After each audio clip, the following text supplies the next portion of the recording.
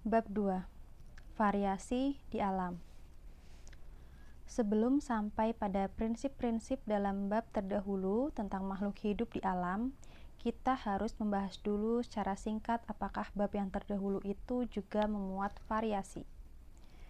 Untuk membahas hal ini dengan tepat, sebuah catatan panjang dari fakta-fakta ringkas harus diberikan, tapi hal ini akan saya simpan dulu untuk penelitian di masa mendatang. Di sini saya juga tidak akan membahas berbagai definisi yang telah diberikan untuk istilah spesies. Tidak ada satupun definisi yang telah memuaskan semua naturalis. Namun, setiap naturalis mengetahui secara samar-samar apa yang dia maksud ketika dia berbicara tentang satu spesies. Secara umum, istilah spesies mencakup unsur yang tidak diketahui dari tindakan penciptaan yang berbeda. Istilah varietas hampir sama sulitnya untuk didefinisikan, tapi di sini komunitas keturunan hampir secara universal tersirat. Meskipun itu jarang dapat dibuktikan. Kami juga memiliki apa yang disebut monstoritas, tapi mereka dianggap sebagai varietas.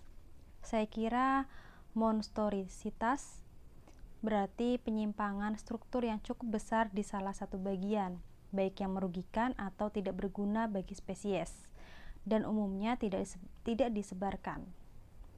Beberapa penulis menggunakan istilah variasi dalam pengertian teknis, sebagai pernyataan suatu modifikasi langsung karena kondisi fisik kehidupan, dan variasi dalam pengertian ini seharusnya tidak diwariskan.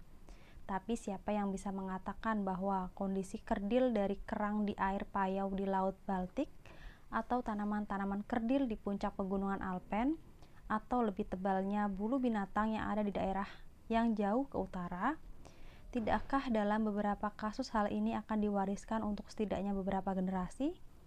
Dan dalam hal ini saya menganggap bahwa bentuk ini bisa disebut sebagai sebuah varietas.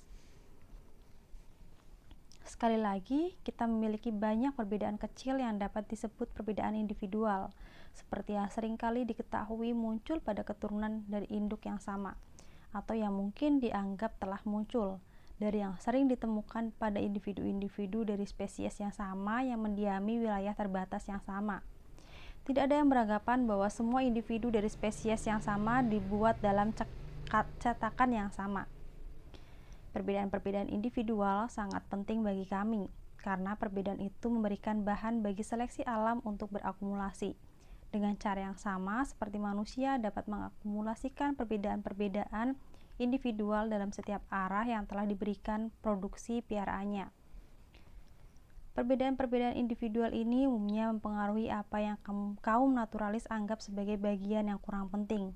Tapi saya bisa menunjukkan daftar panjang fakta bahwa bagian-bagian yang harus disebut penting, baik ditinjau dari sudut pandang fisiologis atau sudut pandang klasifikasi, kadang-kadang bervariasi pada individu-individu dari spesies yang sama. Saya yakin bahwa naturalis paling berpengalaman akan terkejut dengan jumlah kasus variabilitas, bahkan di bagian-bagian penting dari struktur yang bisa dia kumpulkan dengan baik seperti yang telah saya kumpulkan selama bertahun-tahun.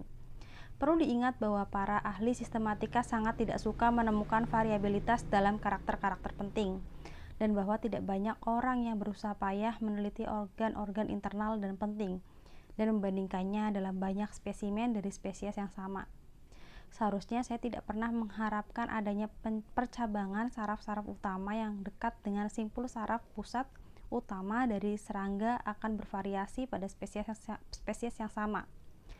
Saya seharusnya beranggapan bahwa perubahan-perubahan alam ini dapat berpengaruh hanya dengan tahapan yang lambat. Baru-baru ini, Mr. Lubbock telah menunjukkan tingkat variabilitas pada saraf utama di kokus, yang hampir dapat dibandingkan dengan percabangan tidak teratur dari batang pohon. Saya bisa menambahkan ahli naturalis filosofis ini baru-baru ini juga menunjukkan bahwa otot-otot di larva beberapa serangga tertentu sangat jauh dari seragam. Para penulis kadang-kadang berdebat sengit ketika mereka menyatakan bahwa organ-organ penting tidak pernah bervariasi. Para penulis yang sama secara praktis menempatkan karakter itu sebagai sesuatu yang penting, atau sebagaimana beberapa naturalis jujur mengakui, yang tidak bervariasi. Dan berdasarkan sudut pandang ini, tidak ada contoh dari bagian penting yang berubah yang akan pernah ditemukan. Tapi dalam sudut pandang lain, banyak contoh pasti dapat diberikan. Ada satu hal yang berhubungan dengan perbedaan individual yang menurut saya sangat membingungkan. Saya merujuk pada genus-genus yang kadang-kadang disebut protean atau dapat berubah atau polyformic, yang di dalamnya spesies menyajikan banyak sekali variasi. Dan bahkan dua naturalis sekalipun tidak sependapat mengenai apakah yang menggolongkannya sebagai spesies atau sebagai varietas. Kita bisa mengambil contoh rubus. Spesies rubus, rosa, dan hiracum di antara tanaman, beberapa genus serangga, dan beberapa genus kerang brachiopods. Dalam kebanyakan genus polyformic, beberapa spesies telah memiliki sifat yang tetap dan pasti.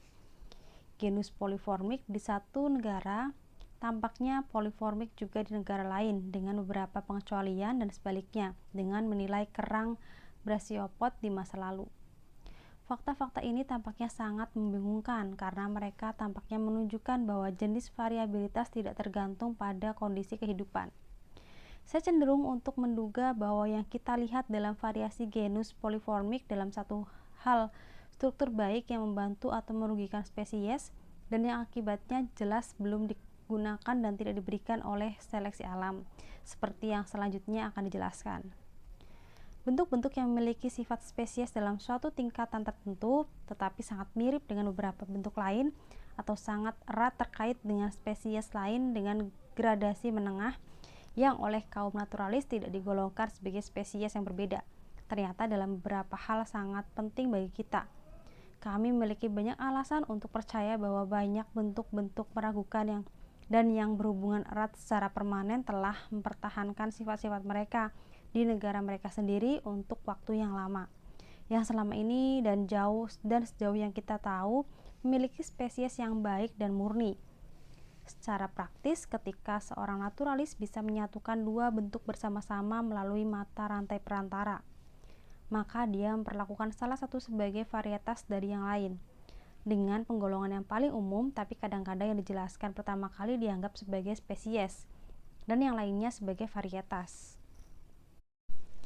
Tapi ada kasus-kasus yang sangat sulit yang saya tidak akan sebutkan satu persatu di sini, yang kadang-kadang muncul ketika harus memutuskan apakah akan menggolongkan suatu bentuk sebagai varietas dari yang lain atau tidak.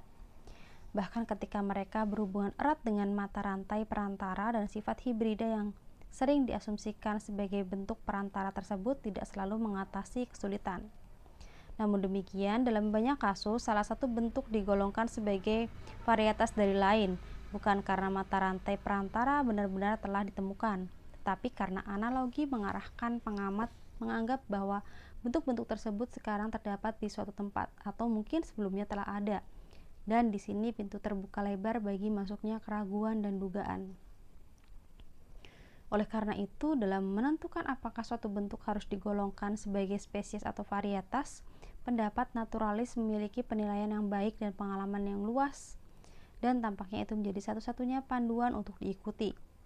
Namun dalam banyak kasus kita harus memutuskan lewat mayoritas naturalis, karena beberapa varietas sudah dikenal dengan baik dan belum digolongkan sebagai spesies dengan setidaknya beberapa penilai yang kompeten.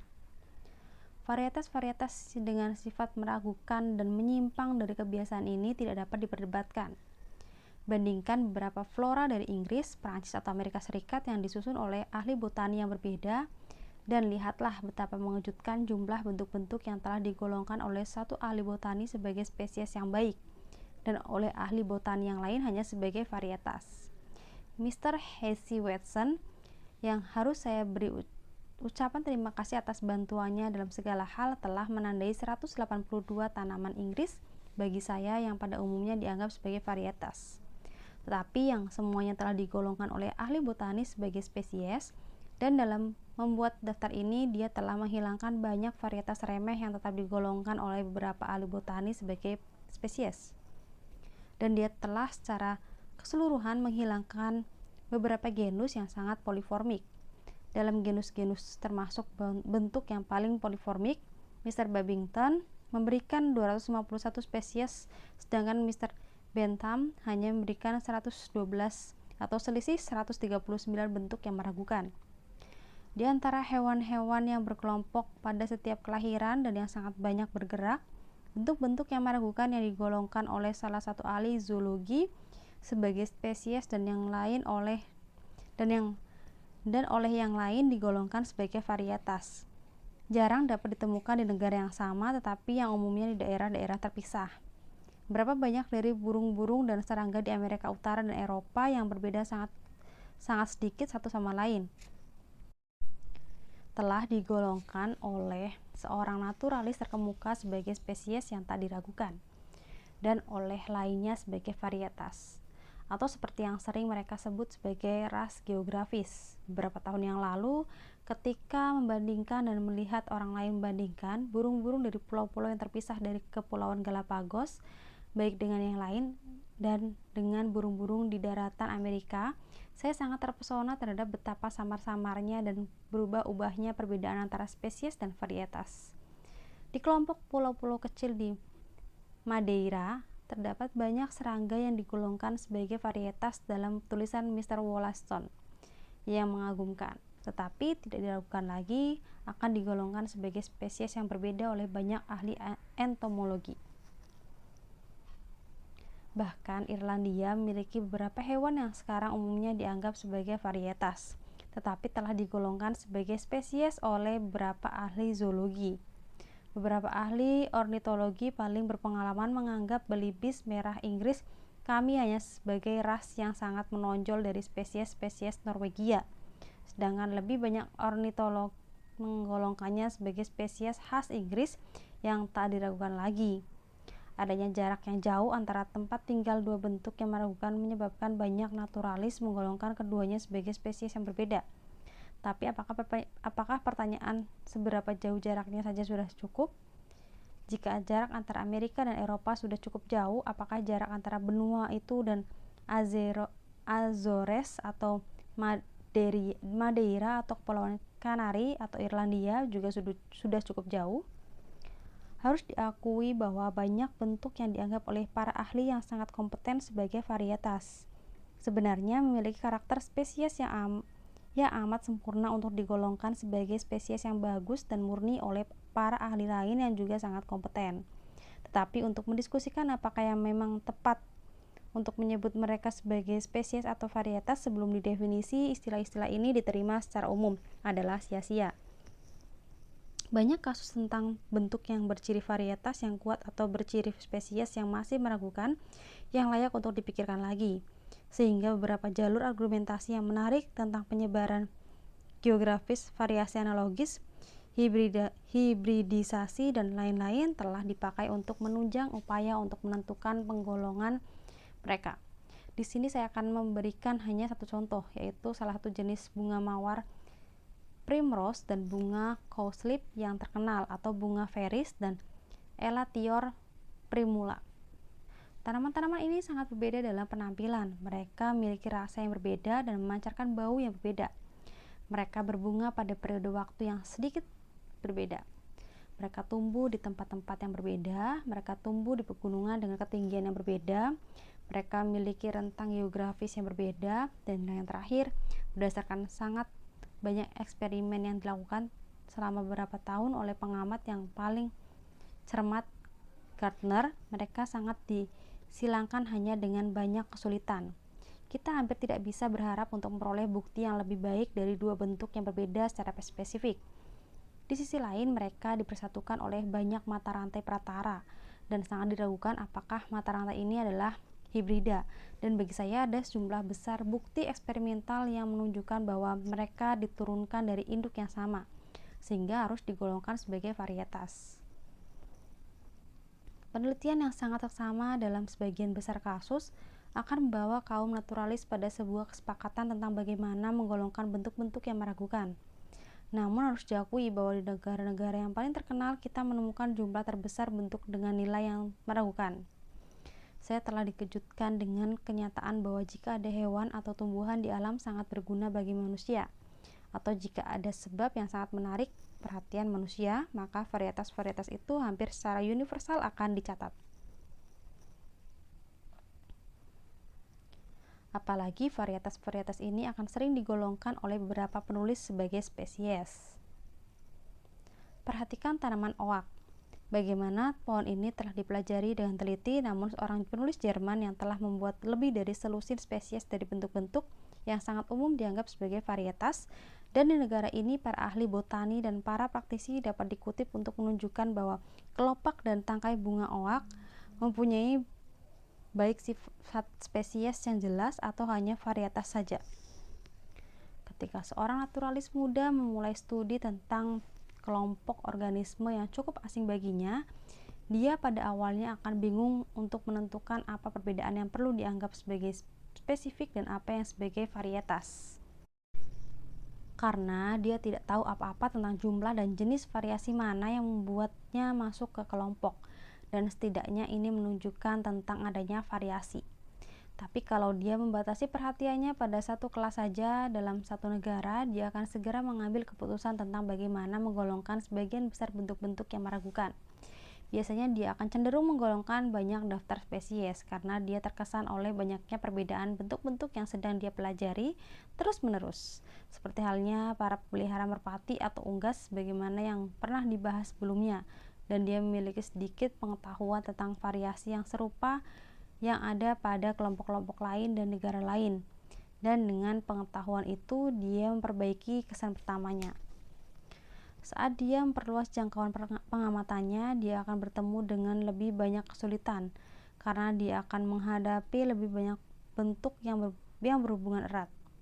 Tapi setelah pengamatannya diperluas, dia akhirnya mampu mengambil keputusan sendiri tentang yang mana yang disebut varietas dan mana yang spesies. Tapi dia akan berhasil dalam hal ini hanya dengan mengakui adanya banyak variasi, dan kebenaran atas pengakuan ini akan sering diperdebatkan oleh naturalis lain, apalagi ketika dia mempelajari bentuk-bentuk serumpun yang dibawa dari negara-negara yang sekarang tidak berlanjut. Dalam hal ini ia tidak bisa berharap untuk menemukan mata rantai perantara di antara bentuk-bentuk yang diragukan. Ia terpaksa harus percaya hampir semua pada analogi, dan kesulitan-kesulitannya akan memuncak sampai klimaks.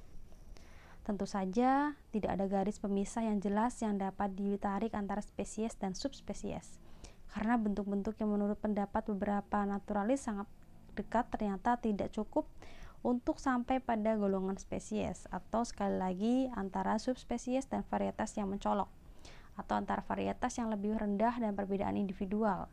Perbedaan-perbedaan ini berbaur satu sama lain dalam rangkaian yang tidak disadari, dan rangkaian pengaruhi pikiran dengan ide mengenai proses yang sebenarnya.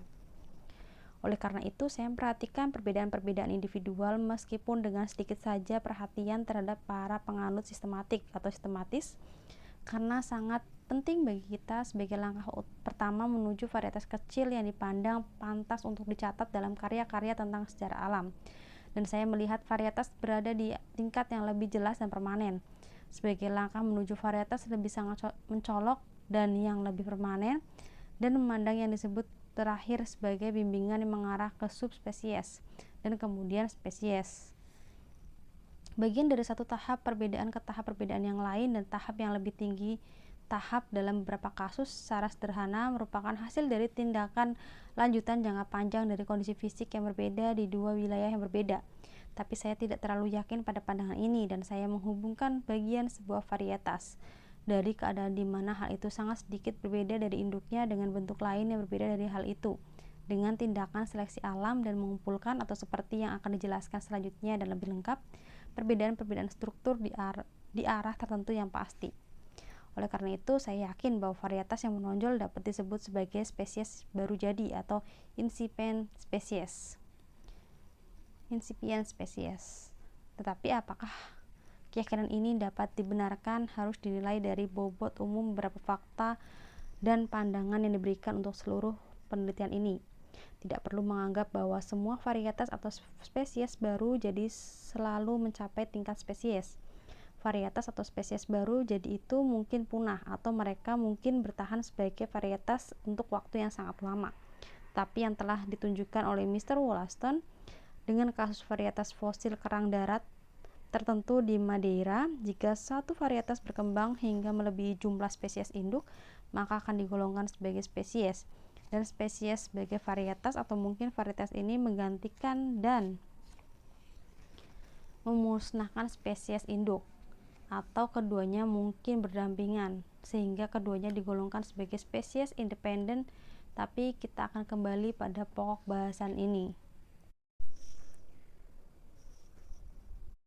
Dari pernyataan di atas akan tampak bahwa saya melihat istilah spesies sebagai salah satu istilah yang diberikan tanpa batasan kepada seperangkat individu yang sangat mirip satu sama lain, dan bahwa pada dasarnya itu tidak berbeda dari istilah varietas yang diberikan kepada bentuk-bentuk yang tidak banyak berbeda dan lebih mudah berubah. Sekali lagi, jika istilah varietas dibandingkan dengan perbedaan individual, maka istilah varietas bisa dipakai secara mudah dan demi kenyamanan belaka. Dengan dipandu oleh pertimbangan teoritis, saya berpikir bahwa beberapa hasil yang menarik mungkin diperoleh berkaitan dengan sifat dan hubungan antara spesies yang paling berubah-ubah. Dengan membuat tabel tentang semua varietas yang ada pada beberapa flora yang dikerjakan dengan baik. Pada awalnya ini tampaknya hanya merupakan tugas sederhana, tapi Mr. Hesse Watson, kepadanya saya banyak berutang budi untuk nasihat berharga dan bantuannya mengenai hal ini. Segera meyakinkan bahwa ada banyak kesulitan seperti yang dilakukan kemudian oleh Dr. Hooker, bahkan mungkin dengan lebih keras. Saya akan menyimpan pembahasan kesulitan-kesulitan ini dan tabel jumlah proporsional dari spesies yang bervariasi untuk karya saya di masa depan. Dr. Hooker memungkinkan saya untuk menambahkan bahwa membaca naskah saya dengan teliti dan memeriksa tabel-tabel, dia berpikir bahwa pernyataan berikut ditetapkan dengan cukup baik. Bagaimanapun juga, seluruh pokok bahasan ini hanya bisa dibicarakan secara singkat di sini. Agak membingungkan dan ada sindiran-sindiran yang tidak dapat dihindari mengenai perjuangan untuk hidup, perbedaan ciri-ciri, dan soal-soal lain yang akan dibahas selanjutnya. Alp de Candolle dan para ahli lain telah menunjukkan bahwa tanaman yang memiliki rentang yang sangat luas biasanya merupakan varietas, dan ini mungkin telah diharapkan karena tumbuhan ini berada pada kondisi fisik yang beragam, dan karena mereka bersaing dengan berbagai kelompok makhluk hidup, atau yang seperti akan kita lihat nanti adalah keadaan yang jauh lebih penting. Tapi tabel saya lebih jauh menunjukkan bahwa di negara yang terbatas, spesies yang paling umum yang terdapat pada paling banyak individu, dan spesies yang paling luas tersebar di dalam negara mereka sendiri, dan yang ini adalah pertimbangan yang berbeda dari jangkauan yang luas dan sangat sampai batas tertentu dari kelaziman, sering menimbulkan varietas yang cukup menonjol untuk dicatat dalam karya tulis botani. Oleh karena itu, varietas adalah yang paling berkembang atau dapat disebut sebagai spesies dominan, yaitu spesies yang mempunyai cakupan luas di seluruh dunia, yang paling menyebar di negara mereka sendiri, dan yang paling banyak pada individu adalah yang paling sering menghasilkan varietas yang sangat menonjol, atau yang saya anggap sebagai spesies baru jadi, dan ini mungkin telah diantisipasi. Karena sebagai varietas, untuk sampai pada tingkat apapun yang permanen, tentu harus berjuang dengan yang lain di negara ini, dan spesies yang sudah dominan akan menjadi yang paling mungkin untuk menghasilkan keturunan yang sedikit termodifikasi dan masih mewarisi keunggulan-keunggulan yang dimiliki induk mereka untuk menjadi dominan atau sesama penghuni di tempat itu. Jika tanaman yang ada di sebuah negara seperti yang dijelaskan dalam flora dibagi menjadi dua masa yang sama, dan semua yang ada di dalam genus yang lebih besar ditempatkan pada satu sisi, dan semua dalam genus yang lebih kecil di sisi lain, maka sejumlah besar dari yang sangat umum dan banyak tersebar atau spesies dominan akan ditemukan di sisi genus yang lebih besar. Sekali lagi, ini sudah bisa diduga karena faktanya banyak spesies dari genus yang sama yang menghuni suatu negara menunjukkan bahwa ada sesuatu dalam kondisi organik atau organik dari negara itu yang menguntungkan genus. Dan akibatnya, kita bisa berharap menemukan sejumlah spesies dominan yang cukup besar dalam genus yang lebih besar atau yang mencakup banyak spesies. Tapi begitu banyak penyebab cenderung mengaburkan hasil ini, dan saya terkejut bahwa tabel saya bahkan hanya menunjukkan mayoritas kecil dari sisi genus yang lebih besar. Maka saya di sini hanya akan menyinggung dua penyebab ketidakjelasan. Tanaman air tawar dan tanaman air asin umumnya memiliki jangkauan sangat luas dan banyak tersebar. Tapi ini tampaknya dihubungkan dengan sifat tempat-tempat yang dihuni oleh mereka dan memiliki sifat sedikit atau tidak ada hubungannya dengan ukuran genus tempat spesies berada. Sekali lagi, tanaman dalam skala organisasi rendah umumnya jauh lebih luas tersebar daripada tumbuhan dalam skala lebih tinggi, dan di sini sekali lagi tidak ada hubungan dekat dengan ukuran genus. Penyebab tanaman terorganisir rendah berjangkauan luas akan dibahas dalam bab ini mengenai distribusi geografis. Dari pengamatan atas spesies sebagai varietas yang mencolok dan berciri kuat, saya terdorong untuk mengantisipasi bahwa spesies dari genus yang lebih besar di masing-masing negara akan lebih sering memberikan varietas daripada spesies dari genus yang lebih kecil, karena dimanapun telah terbentuk banyak spesies yang terkait erat, atau yaitu spesies dari genus yang sama, maka di situ seharusnya banyak varietas atau spesies baru jadi mulai terbentuk berdasarkan aturan umum. Di tempat banyak pohon-pohon besar tumbuh, kita bisa berharap untuk menemukan anakan pohon.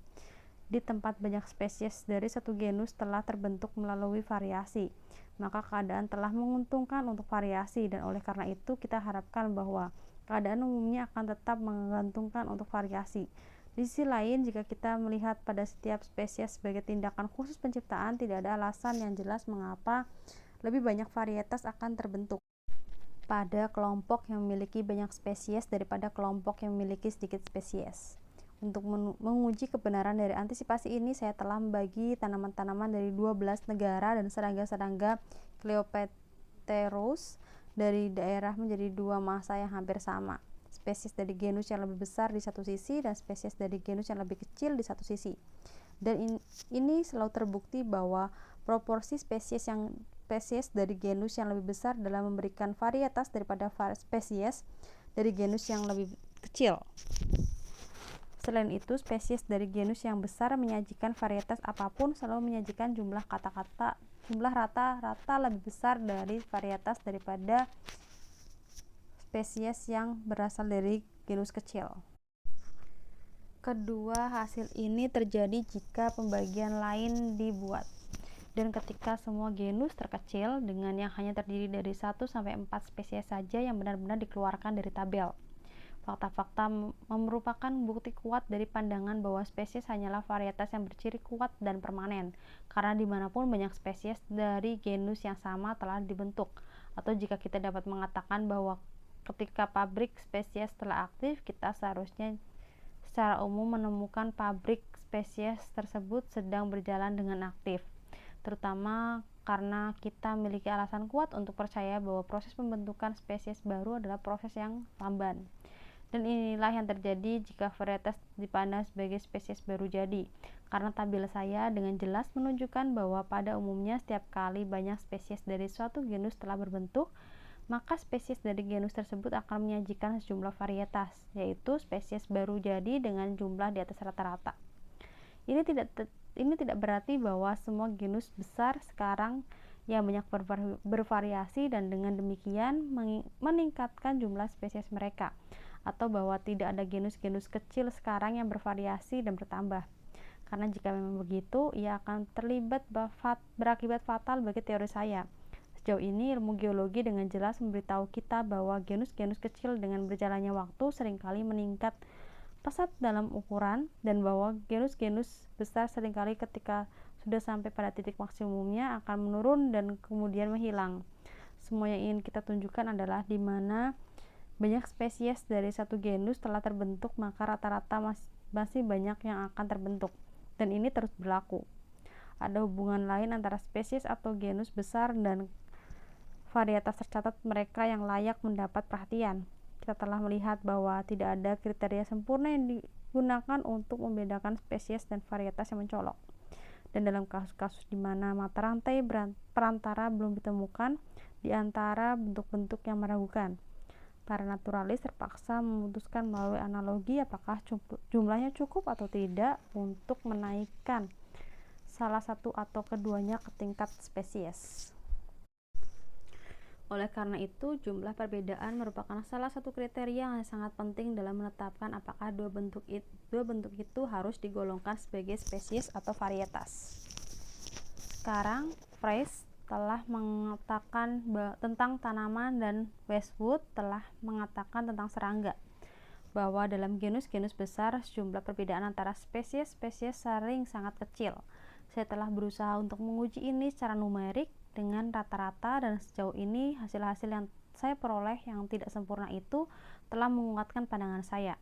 Saya juga telah berkonsultasi dengan beberapa pengamat yang cerdas dan paling berpengalaman, dan setelah menimbang-nimbang mereka pun setuju dengan pandangan itu. Oleh karena itu, dalam hal ini spesies dari genus yang lebih besar lebih menyerupai varietas daripada spesies dari genus yang lebih kecil. Atau kasus ini dapat ditempatkan dengan cara lain dan dapat dikatakan bahwa dalam genus yang lebih besar yang jumlah varietas atau spesies baru jadinya lebih banyak daripada rata-rata yang sekarang masih terus terbentuk. Banyak spesies yang telah dihasilkan meski menyerupai varietas sampai batas tertentu, karena mereka lebih sedikit berbeda satu sama lain daripada jumlah perbedaan biasanya. Lagi pula, spesies dari genus-genus besar terkait satu sama lain dengan cara yang sama seperti varietas-varietas dari suatu spesies terkait satu sama lain. Tidak ada seorang naturalis pun yang berpura-pura mengakui bahwa semua spesies dari suatu genus sama-sama berbeda satu sama lain. Mereka secara umum dapat dibagi menjadi subgenera atau bagian-bagian atau kelompok-kelompok yang lebih kecil. Seperti yang dinyatakan dengan baik oleh Fries, kelompok-kelompok kecil dari spesies umumnya berkumpul seperti satelit di sekitar spesies tertentu lainnya. Dan bukankah varietas adalah kelompok-kelompok bentuk yang berhubungan satu sama lain secara tak sama dan berkumpul di sekeliling bentuk-bentuk tertentu, yaitu di sekeliling spesies induknya?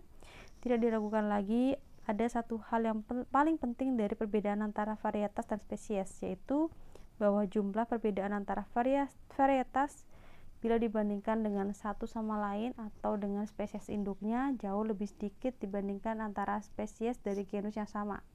Tetapi ketika kita membahas prinsip yang sama sebut sebagai perbedaan sifat atau divergence of character, kita akan melihat bagaimana hasil ini dapat dijelaskan dan bagaimana perbedaan kecil di antara varietas akan cenderung meningkat menjadi perbedaan besar antara spesies. Ada satu hal lain yang menurut saya layak diperhatikan. Varietas umumnya memiliki jangkauan sangat terbatas. Pernyataan ini memang hampir pasti suatu kebenaran, karena jika varietas ditemukan memiliki jangkauan yang lebih luas dibandingkan dengan spesies induk yang dimaksud, maka kelompok mereka harus terbalik. Tapi ada juga alasan untuk percaya bahwa mereka spesies yang sangat erat kaitannya dengan spesies lain dan yang sejauh ini menyerupai varietas. Seringkali jangkauannya sangat terbatas. Misalnya, Hesse Watson telah menunjukkan kepada saya daftar tumbuhan dalam London Catalog atau edisi keempat mengenai 63 tanaman yang digolongkan sebagai spesies, tapi yang dianggapnya berkaitan sangat erat dengan spesies lain sehingga merupakan spesies yang meragukan. 63 spesies ini dikenal mempunyai jangkauan spesies yang rata-rata lebih dari 6,9 provinsi yang telah dibagi oleh Mr. Watson di Inggris. Sekarang dalam katalog yang sama dicatat 53 varietas yang sudah dikenal dan diakui yang jangkauannya lebih dari 7,7 provinsi, sedangkan spesies yang memiliki varietas ini punya jangkauan lebih dari 14,3 provinsi. Sehingga varietas-varietas yang sudah diakui sudah mempunyai jangkauan rata-rata yang hampir sama terbatasnya, seperti halnya bentuk-bentuk yang bertalian sangat erat yang oleh Mr. Watson ditunjukkan kepada saya sebagai spesies-spesies yang meragukan, tapi yang hampir secara universal digolongkan oleh para ahli botani Inggris sebagai spesies baik dan murni. Akhirnya, varietas memiliki karakter umum yang sama seperti spesies, karena mereka tidak dapat dibedakan secara spesies, kecuali pertama, dengan ditemukannya bentuk-bentuk penghubung antara keduanya, dan munculnya bentuk-bentuk penghubung tersebut tidak dapat mempengaruhi karakter yang sebenarnya dari bentuk-bentuk yang mereka hubungkan. Dan kedua, kecuali oleh sejumlah perbedaan untuk dua bentuk itu, jika berbeda sedikit, umumnya digolongkan sebagai varietas. Walaupun bentuk-bentuk penghubung antara belum ditemukan, tetapi jumlah perbedaan dianggap perlu untuk memberikan penggolongan kepada dua bentuk spesies yang tidak dapat diberikan batasan-batasannya. Pada genus-genus yang memiliki jumlah spesies lebih dari rata-rata di suatu negara, spesies dari genus ini memiliki jumlah varietas lebih dari rata-rata juga. Dalam genus-genus besar, spesies cenderung lebih dekat tapi bersekutu secara tidak sama, membentuk kelompok-kelompok kecil di sekitar spesies tertentu. Spesies bersekutu dengan erat dengan spesies lain ternyata mempunyai jangkauan terbatas. Dalam segala hal, spesies dari genus-genus besar menyajikan analogi yang kuat dengan varietas, dan kita dapat dengan jelas memahami analogi ini jika spesies sudah pernah merupakan varietas, dan dengan demikian berasal dari spesies. Dengan analogi ini benar-benar tidak bisa dipahami jika setiap spesies telah diciptakan berdiri sendiri. Kita juga telah melihat bahwa spesies yang paling berkembang dan paling dominan dari genus yang lebih besar, yang rata-rata paling bervariasi dan varietas, seperti yang akan kita lihat nanti, cenderung berubah menjadi spesies baru dan berbeda. Dari genus-genus yang lebih besar cenderung menjadi lebih besar, dan di seluruh alam terbentuk bentuk kehidupan sekarang dominan